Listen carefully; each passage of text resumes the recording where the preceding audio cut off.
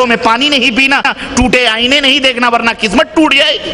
یہ سب توہم پرستیاں واللہ بتلا رہا ہوں یہ امت مسلمہ میں موجود ہے، اور ہماری مائیں بہنیں اور مرد عورت سب اس کے اندر ملوث ہیں کہ نہیں ہے بولو؟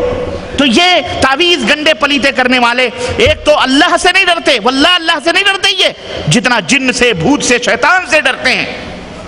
رات کے اندھیرے میں کہیں کھیت دیکھنے جا رہے ہیں یا کہیں باہر نکلے، اندھیرا ہے دیہاتوں میں، کہاں بجلی لائٹ ہوتی ہے آپ کے یہاں پہ سعودی عرب میں اتنا لائٹ، ہمارے یہاں ملکوں میں اتنی لائٹ نہیں ہوتی. ذرا سا کہیں سے چوہا دوڑ گیا، مارے ڈر کے لنگی انگی چھوڑ کے بھاگا بیچارہ، کھر سے ہوا تو سمجھا بس آ گئی سواری. ڈر جاتے ہیں شیطان سے، جن سے، بھوت. ارے شیطان، اللہ نے فرمایا ان کید الشیطان کان ضعیفا، شیطان کا جو مکر ہے، شیطان کا جو جال ہے بڑا ہی کمزور ہے. شیطان ڈرنے کے لیے تھوڑی ہے، اللہ سے ڈرو، شیطانوں سے نہ ڈرو. اور پھر اس کا دوسرے نقصان میں یہ ہے کہ میرے بھائیوں، ہر چیز جہاں بھی بیماری ہوئی فوراً شیطان اور جن کے اثرات سوچنا اور سمجھنا شروع کر دیتے ہیں کہ اسی اثر سے یہ ہوا ہے، اور پھر اس کے لیے اللہ اکبر، آپ جانتے ہیں ہر شرک کو، ہر خرافات کو جائز سمجھ کر کے ہمارے لوگ وہ کر گزرتے ہیں، اور کہاں کہاں منہ مارتے ہیں جہاں ان کو بتا دیا جائے کہ ان کے اس بیماری کا علاج ملے گا، واللہ وہاں پہنچ کر کے وہ سب کرنا شروع کر دیتے ہیں. اور اس کا ایک نقصان یہ بھی ہے کہ اس کے ذریعے سے، یہی تعویذ اور گنڈوں کے ذریعے سے، ہمارے جو پروفیشنل مولوی لوگ ہیں، ٹریڈ مارکا بیچارے، تعویذ اور گنڈے خوب لکھ کر کے ایک مقام بنایا ہوا ہے. مسجدوں کے بغل میں ایک حجرہ شریف ہوتا ہے، وہاں پر تو پرچیاں بٹتی ہیں، سر درد سب نزلے وزلے سب پرچیاں وقت دیا جاتا ہے. ہیملٹن روڈ کشمیری گیٹ کی مسجد جو ہے، اس مسجد کے بغل میں ایک کمرہ ہے، اس میں تو باقاعدہ وہ آبائی اور خاندانی بک ہے، وہاں بیٹھ کر کے وہ تعویذ اور گنڈے ہی لکھتا ہے مولوی، اور خوب بزنس چلتی ہے.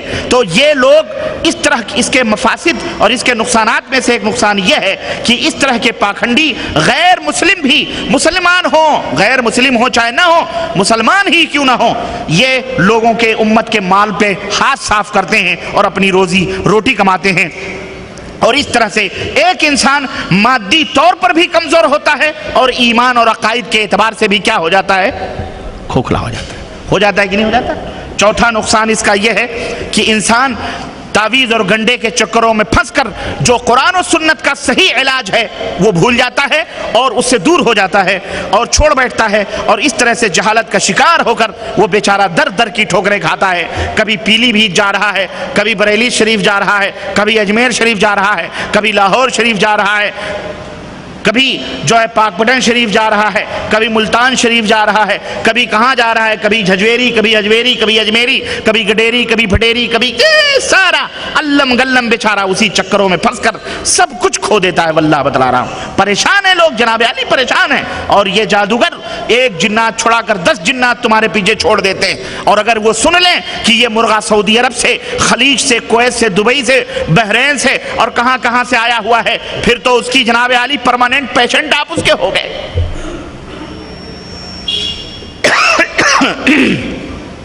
میرے بھائیوں، اس لیے یہ نقصانات ہیں اس کے. اللہ عز و جل سے اپنے لو کو لگاؤ، اللہ کو شفا دینے والا سمجھو، اور اللہ عز و جل نے جو اسباب اس دنیا میں بنائے ہیں فائدہ اٹھانے کے، ان اسباب سے فائدہ اٹھاؤ. اسباب سمجھتے ہیں کس کو کہتے ہیں؟ ذریعہ. گاڑی سے آپ کندرا البرکہ انٹرنیشنل اسکول آئے، یہ گاڑی اسباب ہے، سبب ہے یہاں پہنچنے، ذریعہ. تو اسی طرح اللہ عز و جل نے دنیا میں بہت سارے اسباب پیدا کیے ہیں. یہ زمین کے اوپر آپ چلتے ہیں تو یہ زمین سبب ہے. یہ زمین کیا ہے؟ اللہ کے بنائے ہوئے اسباب میں سے ایک سبب ہے. ہوا ایک سبب ہے، پانی ایک سبب ہے، اللہ عز و جل نے بنائے ہیں. تو سمجھا رہا ہوں سبب سمجھو، تاکہ بہت سارے بھائی لوگ کہتے ہیں اتنا بڑا بڑا لفظ بولتے ہیں سمجھ نہیں آتی. اسباب یہ سبب کی جمع ہے. تو اللہ عز و جل نے اسباب بنائے ہیں اس دنیا میں، ان اسباب کو اختیار کرو، اللہ نے اس کا حکم دیا. لیکن قضا اور قدر پر، تقدیر پر ایمان رکھتے ہوئے نفع پہنچانے والا، مشکل کشا، حاجت روا، اسی طرح نقصان پہنچانے والا، شفا دینے والا اور ہر سبب میں خوبی پیدا کرنے والا کون ہے؟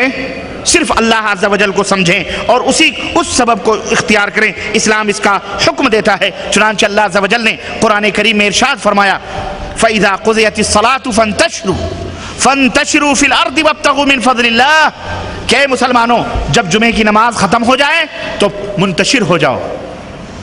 کیا ہو جاؤ؟ منتشر ہو جاؤ، پھیل جاؤ، اور اللہ عز و جل نے جو فضل و کرم دنیا کے اندر رکھے ہیں اس کو ڈھونڈو، اس کو تلاش کرو، تجارت کرو اور روزی روٹی کماؤ۔ اللہ اکبر، روزی تلاش کرو۔ سورہ جمعہ آیت نمبر 10۔ اسی طرح اللہ نے فرمایا فَامْشُوا فِي مَنَاكِبِهَا وَكُلُوا مِن رِزْقِهِ۔ سورہ اللہ عز و جل نے فرمایا کہ اے دنیا کے لوگوں، یہ جو زمین ہے، اس زمین کے کندھے پر، اس روئے زمین پر، اس کندھے پر چلو، زمین کے کندھے پر، اور اللہ کی دی ہوئی روزیوں کو کھاؤ، ڈھونڈو، تلاش کرو، روزیاں کھاؤ۔ اسلام نے یہ حکم نہیں دیا ہے کہ تسبیح مسلح لے کر کسی گوشے تنہائی میں بیٹھ کر اللہ اللہ اور اوپر سے دسترخوان کا انتظار کرو، نہیں، اللہ نے حکم دیا کہ ہماری اس دنیا سے فائدہ اٹھاؤ اور جو ہم نے روزیاں رکھی ہیں اس کو حاصل کرو۔ چنانچہ اللہ فرماتا ہے وَأَعِدُّوا لَهُم مَّا اسْتَطَعْتُم مِّن قُوَّةٍ وَمِن رِّبَاطِ الْخَيْلِ تُرْهِبُونَ بِهِ عَدُوَّ اللَّهِ وَعَدُوَّكُمْ کہ اے مسلمانوں کافروں کے مقابلے کے لیے جہاں تک تم سے ہو سکے قوت تیار رکھو، گھوڑے تیار رکھو، اور اس سامان جنگ سے اللہ کے دشمن اور تمہارے دشمن پر دھاگ جمی رہے گی۔ جب تمہارے ہاتھوں میں ہتھیار ہوں گے، جب تمہارے قدموں کے نیچے گھوڑے ہوں گے، جب تمہارے پیروں کے نیچے گھوڑے ہوں گے تو تیاری رکھو، اس سے دشمن کے اوپر کیا ہوگی؟ دھاگ جمی رہے گی۔ یہ نہیں کہ اللہ کا نام لے کر نہتھے جا کر کے روڈوں کے اوپر کھڑے ہو جاؤ، مظاہرے کرو اور کہو اے اللہ بھیج فرشتوں کی فوج اور ہماری مدد کرے گی۔ نہیں، اللہ نے کہا اسباب اختیار کرو، ہتھیار لے لو، پھر اللہ کے اوپر بھروسہ کرو۔ سمجھ آئی کہ نہیں آئی؟ ہاں، تو اسباب اختیار کرو۔ اسی طرح اللہ رب العزت نے ارشاد فرمایا ادعونی استجب لکم، مجھے پکارو میں تمہاری مراد کو پوری کروں گا۔ حضرت انس بن مالک کہتے ہیں کہ ایک شخص آیا نبی کریم صلی اللہ علیہ وسلم کے پاس اور کہا عاقلھا وتوکل او اطلقھا واتوکل، قال اعقلھا وتوکل۔ نبی کریم صلی اللہ علیہ وسلم کی خدمت میں ایک شخص آیا، اس نے کہا اللہ کے نبی اپنے سواری کو باندھ کر اللہ پر بھروسہ کروں یا اس کو چھوڑ کر اللہ پر بھروسہ کروں؟ سنیں، یہ بدو عربی توکل کا مفہوم سمجھ رہا ہے، توکل کا معنی جاننا چاہ رہا ہے نبی کریم صلی اللہ علیہ وسلم سے۔ کیا کہ اللہ کے نبی اللہ پہ بھروسہ کرو تو جو میری سواری ہے اسے کھوٹے میں رسی میں باندھ کر اللہ پر بھروسہ کروں یا اس کی نکیل چھوڑ دوں اور پھر اللہ پہ بھروسہ کروں؟ تو اللہ کے حبیب نے کیا فرمایا؟ اعقلھا وتوکل، اس کو باندھو پھر بھروسہ کرو۔ پہلے اس کو بولو اسباب اختیار کرو اور بھروسہ کس پر کرو؟ گھر کے اندر چابی تالے مضبوط کر کے رکھو اور بھروسہ کس کے اوپر کرو؟ یہ نہیں کہ گھر کے چوبڑ دروازے آپ نے کھول دیے اور سو گئے ٹھرا کے اللہ مالک ہے۔ ہمارے بہت سارے احباب ہیں گھر میں فاقے ہو رہے ہیں، گھر میں کیا ہو رہے ہیں؟ بیوی بیمار ہے، بچے بیمار ہیں، فاقے ہو رہے ہیں، اور اعلیٰ حضرت کہاں نکلے ہیں؟ تبلیغ کرنے۔ کہاں جا رہے ہو بھائی؟ ارے تمہاری دکان کیا ہوگی، تمہارا مال کیا ہوگا، تمہارے بیلوں کو کون کھلائے گا، تمہاری بھینس، تمہاری بیوی؟ اللہ مالک ہے، اللہ ان کے بھینسوں کا مالک، ان کے گھر کا مالک، ان کی بیوی کا مالک۔ ان کو حکم دیا ہے کہ اس طرح سے نکلو بھائی چھوڑ چھاڑ کے۔ اللہ اپنے دین کا مالک نہیں ہے کہ تم کو کہا چھوڑ چھاڑ کے چلو ہمارے دین کی عبادت کرو؟ بولو، اگر اللہ تمہارے بھینس، تمہاری بیوی، تمہارے بچوں کا مالک ہے تو اللہ اپنے دین کا بھی مالک اور محافظ ہے کہ نہیں؟ تمہیں اس بات کا حکم نہیں دیا گیا کہ تم اس طرح سے گھروں پر چیختے چلاتے بچوں کو چھوڑ دو اور کہہ دو اللہ مالک ہے۔ اللہ کے حبیب فرماتے ہیں اعقلھا وتوکل، باندھو اور پھر اللہ کے اوپر بھروسہ کرو۔ اگر اس طرح کوئی حرکت کرتا ہے تو وہ کفر کرتا ہے کہ دروازہ کھول دے اور اللہ پہ بھروسہ کرے، سواری چھوڑ دے اللہ پہ بھروسہ کرے، یہ کفر ہے، یہ اللہ کا مذاق اڑانا ہے۔ بولو، مذاق اڑانا ہے کہ نہیں مذاق اڑانا؟ کل کو دشمن کیا کہیں گے؟ ہاں بڑے بھروسے کی بات کر رہے تھے، تمہارا اللہ کہتا ہے یہ دیکھو ہو گیا۔ نہیں، پہلے اس کو باندھو، دروازے بند کرو، تب جا کر اللہ کے عز و جل کے پہلے اسباب اختیار کرو. اسے ترک کرنا میرے بھائیو یہ جہالت ہے. لیکن ان اسباب پر بھروسہ کر لینا یہ بھی جہالت ہے. اسباب مہیا کرو اور بھروسہ کس کے اوپر کرو؟ محنت کرو. اپنے طاقت اور بازو کے اوپر بھروسہ نہ کرو. اللہ نے جتنا لکھا ہے اتنا تمہارے پاس آئے گا. لیکن تم محنت کرنے سے بولو نہ رکو. محنت کرو, تم مزدوری کرو, تمہارا وہ مقدر ہے, اللہ دینے والا ہے. اور اگر محنتوں کے اوپر روزیاں ملتی تو پتھر توڑنے والی وہ عورتیں بیچاری جو روڈوں پر, یا وہ مرد دن بھر پتھر توڑتے ہیں, 100 روپے پاتے ہیں, لیکن جا کر ایک منشی ان کی حاضری لے کر کے آتا ہے, سائے میں گاڑی میں اترتا ہے, حاضری لیتا ہے اور آ کر کے 1000 روپے ڈیلی اس کو ملتے ہیں. اس کی محنت زیادہ یا پتھر توڑنے والوں کی محنت زیادہ؟ تو محنتوں کے اوپر روزیاں نہیں ملتی ہیں. اللہ عز و جل روزیاں عطا فرماتا ہے. آپ کی آفس میں, آپ کی کمپنی میں بہت سارے ایسے لوگ ہیں جن کی تنخواہیں 4000 ہیں, کچھ نہیں کرتے ہیں, کرسیاں توڑتے ہیں. آپ دن بھر 8 گھنٹے 9 گھنٹے ڈیوٹی کرتے ہو, آپ کی تنخواہ 2000.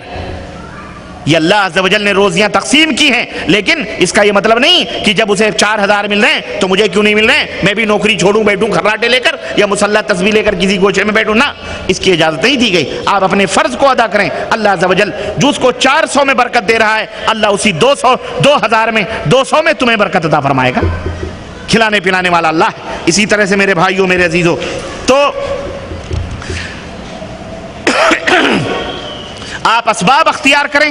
اسباب میں صحیح نتائج پیدا کرنا یہ اللہ عز و جل کا کام ہے. آپ اسباب کے اوپر بھروسہ نہ کریں. چنانچہ اللہ رب العزت کا فرمان سنو, ذرا سنو غور سے مسلمانوں, توجہ میری طرف. اللہ عز و جل کیا فرماتا ہے؟ افرأیتم ما تمنون انتم تخلقونہ ام نحن الخالقون. سورہ الواقعہ آیت نمبر 63 اور 64. کہ اے انسانوں بھلا بتلاؤ سو صحیح کہ جو منی تم ٹپکاتے ہو, جو منی تم عورت کے رحم میں ٹپکاتے ہو, ذرا بتلاؤ تم اس سے بچے کو بناتے ہو یا ہم پیدا کرتے ہیں؟ بولو. کتنی زندہ مثال اللہ عز و جل دے رہا ہے دنیا والوں کو. کتنی زندہ مثال ہے, اور سارے انسانوں کے لیے ہے. عیسائی ہو, ہندو ہو, غیر مسلم ہو, کافر ہو, یہودی ہو, سب کے لیے, زردشتی ہو, پارسی ہو, سب کے لیے, کہ جو منی, جو بیج تم اپنی عورتوں کے پیٹ میں بوتے ہو, ٹپکاتے ہو, اس سے تم بچہ بناتے ہو یا ہم بناتے ہیں؟ کون بناتا ہے بولو؟ اللہ بناتا ہے. اللہ عز و جل فرماتا ہے ارأیتم ما تحرثون انتم تزرعونہ ام نحن الزارعون. اے میرے بندو بھلا بتلاؤ, یہ بیج جو کھیتوں میں تم بو کر, مٹی میں ملا کر, زمین کے نیچے دفن کر کے چلے آتے ہو, ان سے کھیتیاں تم اگاتے ہو کہ ہم اگاتے ہیں؟ کون اگاتا ہے؟ اللہ اکبر. اگر کسان ہو, اگر زراعت پیشہ ہو تو ذرا دھیان دو, غور کرو.